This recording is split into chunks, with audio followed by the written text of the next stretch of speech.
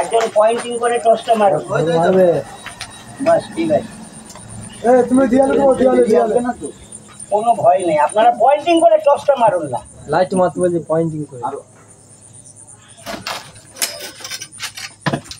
হয়নি।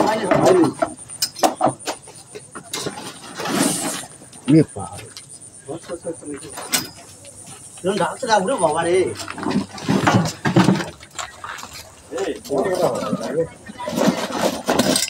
হয় না।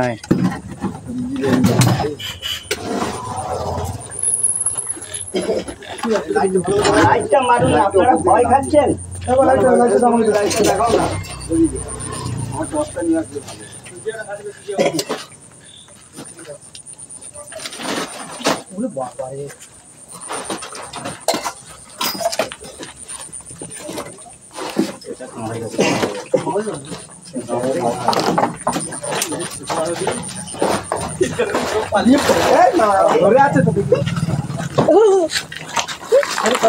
ঘাবড়াবেন না, আমার কাজ হবে।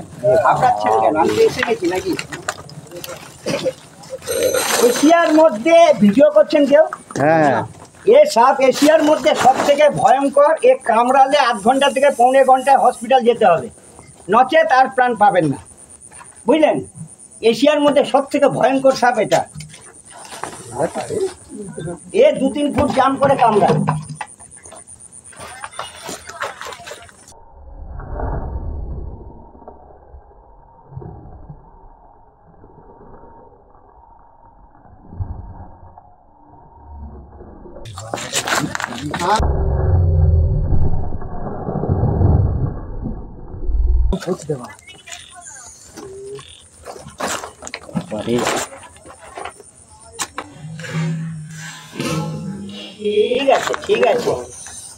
ঠিক আছে আর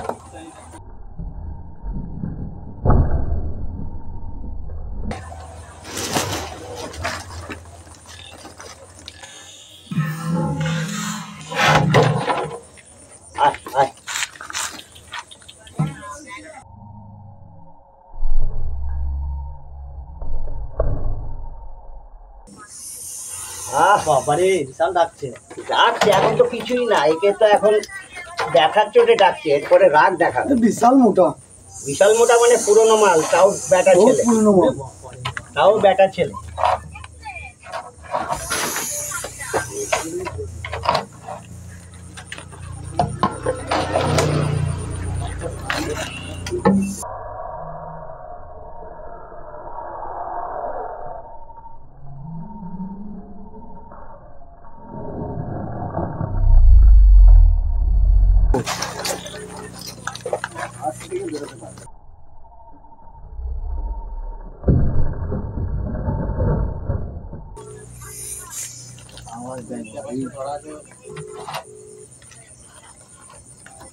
ঢোক বাবা ঢোক।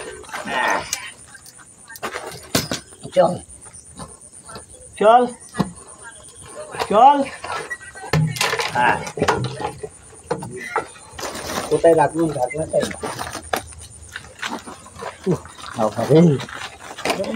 কত রে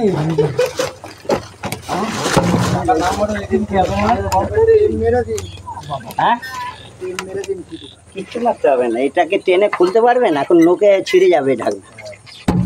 এ নতুন ছিল, আমাদের রাখতে হয়। ব্যাটা ছেলে।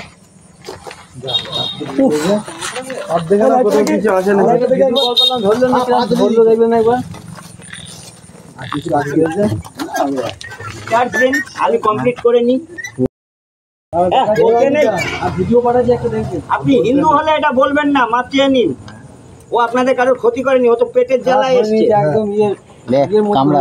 ও দুটো কারণে কামড়ায়, আর ওর সামনে এ সাপের সামনে গেলে 2-3 ফুট জাম করে কামড়ায়। এশিয়ার মধ্যে সব থেকে ডেঞ্জার সাপ এটা। ফুটোয় বেরিয়ে পড়ে না। আরে বেরিয়ে পড়বে না, এত ভয় খেলে কি আর কাজ? সাপের ভয়ের জন্য নিরাপদ একটুখানি কার্বলিক অ্যাসিড, ওর গন্ধে সাপ কাছে পিঠে আসবে না। আর পটাশিয়াম দানা, ব্যাং ইঁদুর পোকামাকড় থাকবে না। ব্যাং ইঁদুর পোকামাকড় না থাকলে সাপও আসবে না। সাপ আসে একটাই কারণে, আহারের জন্য। এই যে डरना किसी बात का, साथ भोलेनाथ का, सर पे मेरे हाथ भोले